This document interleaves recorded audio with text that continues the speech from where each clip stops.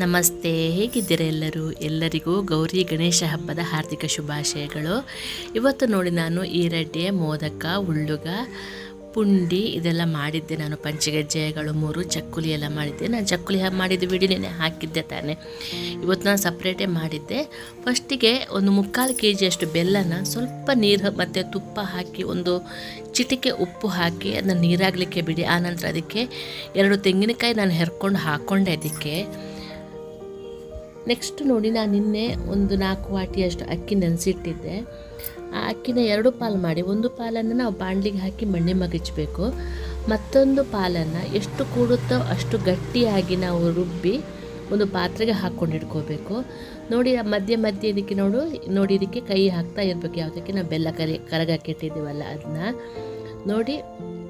ಇದು ನೋಡಿ ಈರಡ್ಡಿಗೆ ಇದನ್ನ ಮಣ್ಣೆ ಮಗಚೋದು ಬೇಡ. ಇದು ನೋಡಿ, ಬಾಣಲಿಗೆ ಎಷ್ಟು ಬೇಕೋ ಅಷ್ಟು ನೀರು ಹಾಕ್ಕೊಂಡು ಅದನ್ನು ನೀರು ಮಾಡ್ಕೋಬೇಕು. ಆನಂತರ ಮಣ್ಣೆ ಮಗಚಬೇಕು. ತುಂಬ ನೀರು ದೋಸಕ್ಕಿಂತ ನೀರಿದ್ದರೂ ತುಂಬ ಚೆಂದ ಆಗುತ್ತೆ. ಅದು ಅಕ್ಕಿ ಮೇಲೆ ಹೊಂದ್ಕೊಂಡು ಹೋಗುತ್ತೆ. ಹಳೆ ಅಕ್ಕಿ ಆದರೆ ಜಾಸ್ತಿ ನೀರು ಎಳ್ಕೊಳ್ಳುತ್ತೆ. ನೋಡಿ, ಮಣ್ಣೆ ಮಗಚಬೇಕು. ಕೈ ಬಿಡದೆ ಮಗಚಬೇಕಾಗತ್ತೆ, ಇಲ್ಲಾಂದರೆ ತಳ ಹಿಡಿದು ಬಿಡುತ್ತೆ. ಅದು ತುಂಬ ಕರೆಕ್ಟಾಗಿ ಮಣ್ಣೆ ಮಗಚಿದ್ರೆ ಉಳ್ಳುಗ, ಮೋದಕ ಎಲ್ಲ ತುಂಬ ಚೆನ್ನಾಗಿ ಬರುತ್ತೆ. ಮಧ್ಯದಲ್ಲಿ ಸ್ವಲ್ಪ ಅದಕ್ಕೆ ತುಪ್ಪ ಹಾಕ್ಕೊಳ್ಳಿ, ತುಂಬ ಚೆನ್ನಾಗಿರುತ್ತೆ. ಆ ತುಪ್ಪದ ಘಮ, ಈ ಬೆಲ್ಲ ತೆಂಗಿನಕಾಯಿ ಕಾಂಬಿನೇಷನ್ ಯಾವ ಸ್ವೀಟ್ ಮಾಡಿದ್ರು ತುಂಬ ಚೆಂದ ಬರುತ್ತೆ. ನೋಡಿ, ಇದಕ್ಕೆ ಕರೆಕ್ಟಾಗಿ ಮಗಚ್ಕೊಳ್ಳಿ. ನೆಕ್ಸ್ಟು ನಾನೊಂದು 1/4 ಗಂಟೆ 20 ನಿಮಿಷದಲ್ಲಿ ಮಗಚಿದ್ದನ್ನು ನಾನು ನಿಮಗೊಂದು ಅರ್ಧ ನಿಮಿಷದಲ್ಲಿ ತೋರಿಸಿದ್ದೇನೆ. ತುಂಬ ಹೊತ್ತಾಗುತ್ತೆ. ನೋಡಿ, ಈಗ ಚಿಕ್ಕ ಉಂಡೆ ಮಾಡಿಕೊಂಡು ನಾವು ಉಳ್ಳುಗ ಮಾಡೋಣ. ಒಂದು ಪಾತ್ರೆಯಲ್ಲಿ ನೀರನ್ನು ಕುದಿಯೋಕ್ಕಿಡಬೇಕು. ಒಂದು ಲೋಟೆಯಷ್ಟು ನೀರು ಸಾಕಾಗುತ್ತೆ. ಒಂದು 20ರಿಂದ 25 ಉಳ್ಳುಗ ನಾವು ಮಾಡಿಕೊಂಡು ಹಾಕೋಬೋದು. ನೋಡಿ, ಪಾತ್ರೆಯಲ್ಲಿ ನೀರು ಕಾಣ್ಬೋದು ಕೆಳಗೆ. ನೋಡಿ, ಹೀಗೆ ಉಳ್ಳುಗ ಮಾಡಿ ಅದಕ್ಕೆ ಹಾಕ್ಕೊಂಡು ಅದನ್ನ ಬೇಯಕ್ಕೆ ಬಿಡಬೇಕು. ಮುಚ್ಚಿ ನೀಟಾಗಿ ಬೇಯುತ್ತೆ ಅದು. ಮತ್ತು ಇನ್ನೇನು ಹಾಕೋದು ಬೇಡ ಅದಕ್ಕೇನು. ನೋಡಿ, ಪಕ್ಕದಲ್ಲಿ ನಾನು ಮೋದಕ ಮಾಡೋದು ಎಷ್ಟು ಸ್ಮೂತಾಗಿ ಬಂದಿದೆ ನೋಡ್ಬೋದು ನೀವು, ಮಣ್ಣೆ ಮಗಚಿದ್ದು. ಹೀಗೆ ಬಂದರೆ ನಮಗೆ ಈಸಿಯಾಗಿ ನಾವು ಮೋದಕ, ಉಳ್ಳುಗ ಎಲ್ಲ ಮಾಡ್ಕೋಬೋದು. ನೋಡಿ, ಮತ್ತೆ ಅದಕ್ಕೆ ನಾವು ಆ ಬೆಲ್ಲ ತೆಂಗಿನಕಾಯಿ ಮಿಕ್ಸರ್ ನಾವು ಒಲೆಯಲ್ಲಿ ಇಟ್ಟಿದ್ವಲ್ಲ ಅದನ್ನ ಹಾಕೋತಾ ಇದ್ದೀನಿ. ನಾನು 4 ಮೋದಕ ಮಾಡಿದ್ದೆ ಅಷ್ಟೇ. ಆಮೇಲೆ ಉಳ್ಳುಗ ಮಾಡಿದ್ನಲ್ಲ, ತುಂಬ ಚೆನ್ನಾಗಿ ಬಂದಿತ್ತು ಉಳ್ಳುಗ ಎಲ್ಲ.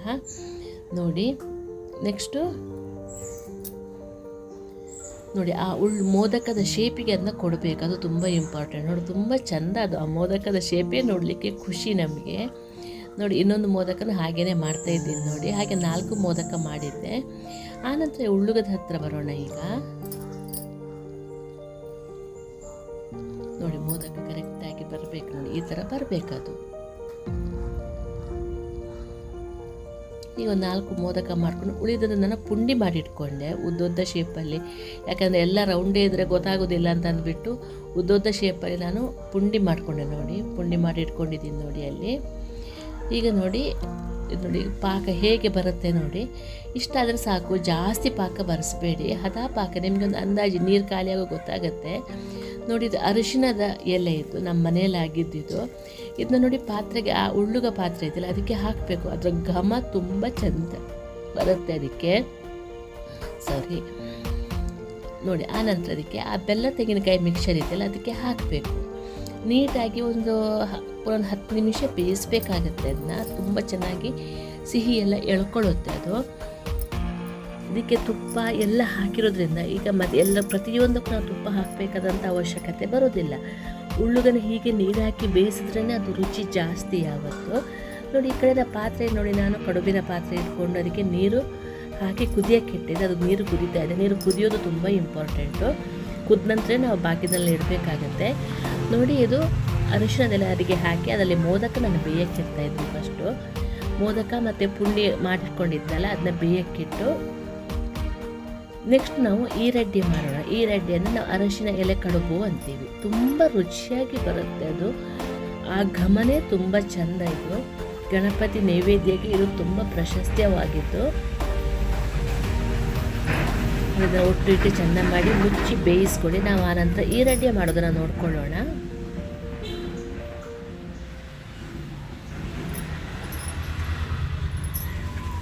ನೋಡಿ ಫ್ರೆಂಡ್ಸ್, ಆಮೇಲೆ ನೀವು ಯಾವ ಥರ ಮಾಡಿದ್ರಿ ಚೌತಿ ಅಂತ ಕಮೆಂಟ್ಸ್ ಬಾಕ್ಸಲ್ಲಿ ತಿಳಿಸಿ. ನಮ್ಮ ಮನೆಯಲ್ಲಿ ನಾವು ಯಾವತ್ತೂ ಇದೇ ಥರನೇ ಮಾಡೋದು. ಆನಂತರ ಸ್ವಲ್ಪ ಪಂಚಗಜ್ಜೆ ಎಲ್ಲ ಮಾಡ್ತೀವಿ. ನೋಡಿ ಇದು ಅರಿಶಿಣದ ಎಲೆ ನೀವು ನೋಡಿರ್ಬೋದು. ಅರಿಶಿಣದ ಎಲೆ ಹಿಂಭಾಗದಲ್ಲಿ ನಾವು ಅದಕ್ಕೆ ಈ ಮಣ್ಣಿ ಮಗಚಿದ ಸ್ವಲ್ಪ ಹಿಟ್ಟು ಎತ್ತಿಟ್ಟಿದ್ನಲ್ಲ ಅದನ್ನ ಹಚ್ಚುತ್ತಾ ಬರಬೇಕು. ತುಂಬ ಚೆನ್ನಾಗಿ ಬರುತ್ತೆ. ಮಣ್ಣಿ ಮಗಚಿದ್ದು ಹಚ್ಚಿದ್ರೆ ತುಂಬ ದಪ್ಪ ಬರುತ್ತೆ. ಅದಕ್ಕೆ ನಾನು ಈ ಥರನೇ ಮಾಡೋದು. ತುಂಬ ಚೆಂದ ಆಗುತ್ತೆ. ಆ್ಯಕ್ಚುಲಿ ರುಬ್ಬೋ ಕಾಲಲ್ಲಿ ರುಬ್ಬಿದರೆ ಅಕ್ಕಿನ ತುಂಬ ಚೆನ್ನಾಗಿ ಬರುತ್ತೆ. ಮಿಕ್ಸಿಯಲ್ಲಿ ಅಷ್ಟು ನುಣ್ಣಗೆ ಬರೋದು, ತುಂಬ ನುಣ್ಣಗೆ ರುಬ್ಬಿರ್ಬೇಕು, ಯಾಕಂದರೆ ಮಿಕ್ಸಿ ತಿರುಗೋದಿಲ್ಲ. ಆಮೇಲೆ ಅದ ಕಾರಣ ಒಂದು ಮೀಡಿಯಮ್ ಆಗಿ ನಾವು ಕೈಗೆ ಸಿಗ್ತಾ ಇರ್ತದೆ, ಆ ಥರ ಆಗುತ್ತೆ ಮಿಕ್ಸಿಯಲ್ಲಿ, ಏನು ಮಾಡಲಿಕ್ಕಾಗೋದಿಲ್ಲ. ನೋಡಿ ಹೀಗೆ ಮಾಡಿ ಹಚ್ಚಿ ಇಡಬೇಕು. ತುಂಬ ಈಕ್ವಲ್ ಆಗಿ ಹಚ್ತಾ ಬಂದರೆ ಸರಿ. ಆನಂತರ ಇದಕ್ಕೆ ನಾವು ಅದಕ್ಕೆ ಆ ಹೂರಣವನ್ನು ಹಾಕಬೇಕಾಗತ್ತೆ. ನಾವು ಬಾಣಲೆಯಲ್ಲಿ ಕುದಿಯಕ್ಕೆ ಇಟ್ಟಿದ್ವಲ್ಲ ಆ ಹೂರಣನ. ನಿಮ್ಮ ಮನೆಯಲ್ಲಿ ಏನು ಸಂಪ್ರದಾಯ ಇದೆ ಅಂತ ಹೇಳಿ. ನಾವು ಉದ್ದಿನ ಕಡುಬು ನಾನು ಇದಕ್ಕೆ ಮಾಡೋದು ತುಂಬ ಅಪರೂಪ ಇದೆ. ಮುಳ್ಳುಗ, ಮೋದಕ, ಅನಂತರ ಈರಡ್ಡಿ ಅಂತೀವಿ ನಾವು, ಅರಿಶಿನ ಎಲೆ ಕಡುಬು, ಇದನ್ನು ಮಾಡೋದು ಜಾಸ್ತಿ. ಆಮೇಲೆ ಪಂಚಗಜ್ಜೆ ಮಾಡ್ತೀವಿ. ಆಮೇಲೆ ಜೊತೆಗೆ ಒಂದು ಖಾರಕ್ಕೆ ಏನಾದರೂ ಬೇಕಲ್ವ, ಅದಕ್ಕೆ ಬರೀ ಪುಂಡಿ ಮಾಡಿರ್ತೀವಿ. ಅದನ್ನ ನಾವು ಉಪ್ಪಿನಕಾಯಿ ಜೊತೆ ಏನಾದರೂ ತಿನ್ಕೋತೀವಿ ಅಷ್ಟೇ. ನೋಡಿ ಇದು ಹೀಗೆ ಹಾಕ್ಕೊಂಡು ಸ್ಪ್ರೆಡ್ ಮಾಡೋದು, ಮಡಿಸ್ತೀವಲ್ಲ ಅದಕ್ಕೆ ಅಷ್ಟು ದೊಡ್ಡ ತಲೆ ಕೆಡಿಸ್ಕೊಳ್ಳುವಂಥದ್ದು ಏನೂ ಇಲ್ಲ. ನೋಡಿ ಅರ್ಧಕ್ಕೆ ಮರ್ಚಿ ಸುತ್ತ ಹೀಗೆ ಒತ್ತಿದ್ರೆ ಸರಿ, ಅಲ್ಲೇ ಸೀಲಾಗೋದು ಆದಂಗೆ ಆಗಿಬಿಡುತ್ತೆ, ಹೊರಗೇನು ಬರೋದಿಲ್ಲ. ನೋಡಿ ನೀರು ಕುದಿತಾ ಇರಬೇಕು. ಈಗ ನಾವು ಇದರಲ್ಲಿ ಮೋದಕ ಎಲ್ಲ ಇಟ್ಟಿದ್ದೀವಿ, ಆದ ಕಾರಣ ಎಂತ ನೀರು ಕುದಿತಾ ಇರಬೇಕಿದ್ರೆ ಇಡಬೇಕಾಗತ್ತೆ, ಇಲ್ಲಾಂದರೆ ಅದು ಬೆಲ್ಲ ನೀರಾಗಿ ಹೊರಗೆ ಬರುತ್ತೆ. ಅದು ತುಂಬ ಇಂಪಾರ್ಟೆಂಟ್. ಅದು ನೋಡಿ ಹೀಗೆ ಮಡಚಿ ಹೀಗೆ ಮಾಡಬೇಕಾಗುತ್ತೆ. ನೋಡಿ ಈಗ ಸೀಲ್ ಥರ ಮಾಡಿದರೂ ಸರಿ ನಿಂತ್ಕೊಳ್ಳುತ್ತೆ ಅದು. ಹೀಗೆ ಎಲ್ಲ ಈ ರೀತಿಯ ನಾವು ಮಾಡಿಟ್ಕೊಂಡೆ. ನೋಡಿ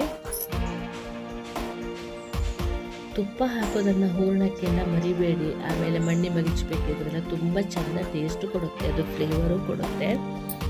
ಏಲಕ್ಕಿ ಮಾತ್ರ ಹಾಕಲೇಬೇಡಿ. ಅರಿಶಿನ ಕಡುಬಿಗೆ ಏಲಕ್ಕಿ ಅವಶ್ಯಕತೆಯೇ ಇಲ್ಲ. ನಾನು ಬರೀ ಪಂಚಗಜ್ಜೆಯಕ್ಕೆ ಮಾತ್ರ, ಅವಲಕ್ಕಿ ಪಂಚಗಜ್ಜೆಯಕ್ಕೆ ಮಾತ್ರ ಏಲಕ್ಕಿ ಹಾಕ್ಕೊಂಡೆ. ನೋಡಿ ಇದು ಆಗೋಯ್ತು. ಇದು ನೋಡಿ ಎಳ್ಳಿನ ಪಂಚಗಜ್ಜೆ ಮಾಡೋಣ. ಹುರಿದ ಎಳ್ಳು ಸಿಕ್ಕಿತ್ತು ನನಗೆ ಅಂಗಡಿಯಲ್ಲಿ, ಚಕ್ಕುಲಿ ಹಿಟ್ಟು ತಗೊಂಡಲ್ಲೇ, ಅದು ತಗೊಂಬಂದಿದ್ದೆ, ಮಿಕ್ಸಿಗೆ ಹಾಕಿ ಪುಡಿ ಮಾಡಿಟ್ಕೊಂಡೆ. ನೋಡಿ ಇದಕ್ಕೆ ನೋಡಿ ನಾವೀಗ ಆ ಹೂರಣ ಮಾಡಿಟ್ಟಿದ್ದೀವಲ್ಲ, ಇದನ್ನ ಎಲ್ಲದಕ್ಕೂ ನಾವು ಬಳಸ್ಬೋದು. ಇದನ್ನು ಹಾಕಿ ಚೆಂದ ಮಾಡಿ ಮಿಕ್ಸ್ ಕೊಟ್ಟರೆ ಪಂಚಗಜ್ಜೆ ರೆಡಿ. ಇದಕ್ಕೂ ಅಷ್ಟೇ ಏಲಕ್ಕಿ ಏನು ಬೇಡ. ಏಲಕ್ಕಿ ಎಳ್ಳಿನ ಪಂಚಗಜ್ಜೆಯಕ್ಕೂ ಯಾವತ್ತೂ ನಾವು ಇದು ಏಲಕ್ಕಿ ಹಾಕಬಾರ್ದು. ನೋಡಿ ಎಳ್ಳಿನ ಪಂಚಗಜ್ಜೆ ರೆಡಿ. ನೆಕ್ಸ್ಟ್ ನೋಡೋಣ ನಾವಿನ್ನು ಅವಲಕ್ಕಿ ಪಂಚಗಜ್ಜೆ ಮಾಡೋಣ. ಅವಲಕ್ಕಿ ನೋಡಿ ಹಾಕ್ಕೊಂಡಿದ್ದೀನಿ, ಎಷ್ಟು ಬೇಕೋ ಅಷ್ಟು ಹಾಕ್ಕೊಂಡು ಅದಕ್ಕೆ ಏಲಕ್ಕಿ ಪುಡಿ ಹಾಕ್ಕೋಬೇಕು. ಏಲಕ್ಕಿ ಪುಡಿ ಹೂರಣ ಹಾಕೊಂಡು ಒಂದು ಸಲ ಮಗಚಿ, ನಂತರ ಸ್ವಲ್ಪ ಒಂದು 2 ಚಮಚ ತುಪ್ಪ ಹಾಕಿ ಮಗಚಿದರೆ ಪಂಚಗಜ್ಜಾಯ ರೆಡಿ ಆಯಿತು.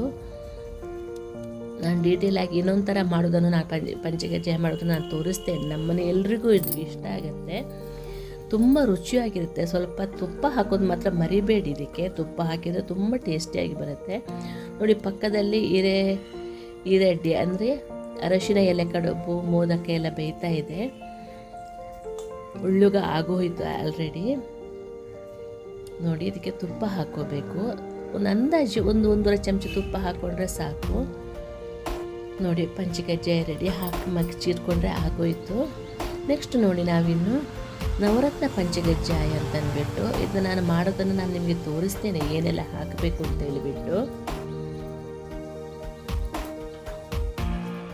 ಆ ಪುಡಿಗೆ ಏನೆಲ್ಲ ಹಾಕಬೇಕು ಅಂತ ನಾನೊಂದು ಲಿಸ್ಟ್ ಮಾಡಿಡ್ತೇನೆ, ಯಾಕಂದರೆ ನಾನು ಅಷ್ಟಮಿ ಯಾವಾಗತ್ತೂ ಮಾಡಿದ್ದದನ್ನ. ನೋಡಿ ಇದು ಒಣ ಕೊಬ್ಬರಿ ಹಾಕ್ಕೊಂಡ್ರೆ ತುಂಬ ಚೆಂದಾಗುತ್ತೆ. ಅದನ್ನ ಮಿಕ್ಸಿಗೆ ಹಾಕಿ ಪುಡಿ ಮಾಡಿಟ್ಕೋಬೇಕು. ನೋಡಿ ಅದಕ್ಕೆ ಅರಳು ಹಾಕಬೇಕು.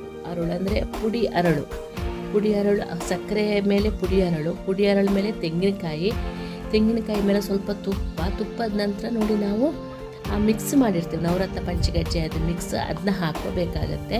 ನಾನು ನಿಮಗೆ ಲಿಸ್ಟನ್ನು ಕೊಡ್ತೀನಿ ನೋಡಿ ಮಧ್ಯದಲ್ಲಿ. ಅದೊಂದು 2 ಚಮಚ ಎಷ್ಟು ನಾವು ಅರಳು ಪುಡಿ ಹಾಕ್ಕೊಂಡಿದ್ದೀವೋ ಅದರ 3/4 ವಾಸಿ ಹಾಕ್ಕೊಂಡ್ರೆ ಸಾಕು. ಈ ಲಿಸ್ಟನ್ನು ನೋಡ್ಕೊಂಬನ್ನಿ. ಅದನ್ನ ಎಲ್ಲ ಹುರಿದು ಪುಡಿ ಮಾಡಿಟ್ಕೊಂಡಿದ್ದಷ್ಟೇ. ನೋಡಿ ಅದಕ್ಕೆ ನೋಡಿ ತುಪ್ಪನೂ ಹಾಕಬೇಕು. ತುಪ್ಪ ಹಾಕಿ ಚೆಂದ ಮಿಕ್ಸ್ ಕೊಡಿ. ತುಂಬ ರುಚಿಯಲ್ಲಿ ಭಾಳ ಚೆಂದ ಇರುತ್ತೆ ಇದು. ಎಲ್ರಿಗೂ ಇಷ್ಟ ಆಗುವಂಥ ಪಂಚಗಜ್ಜಾಯ. ನೋಡಿ ಪಂಚಗಜ್ಜೆ ರೆಡಿ ಆಯಿತು. ನೋಡಿ ಈ ಕಡೆಯಿಂದ ಈ ಕಡೆಯಿಂದ ನೋಡಿ ಉಳ್ಳುಗನೂ ರೆಡಿ ಆಯಿತು.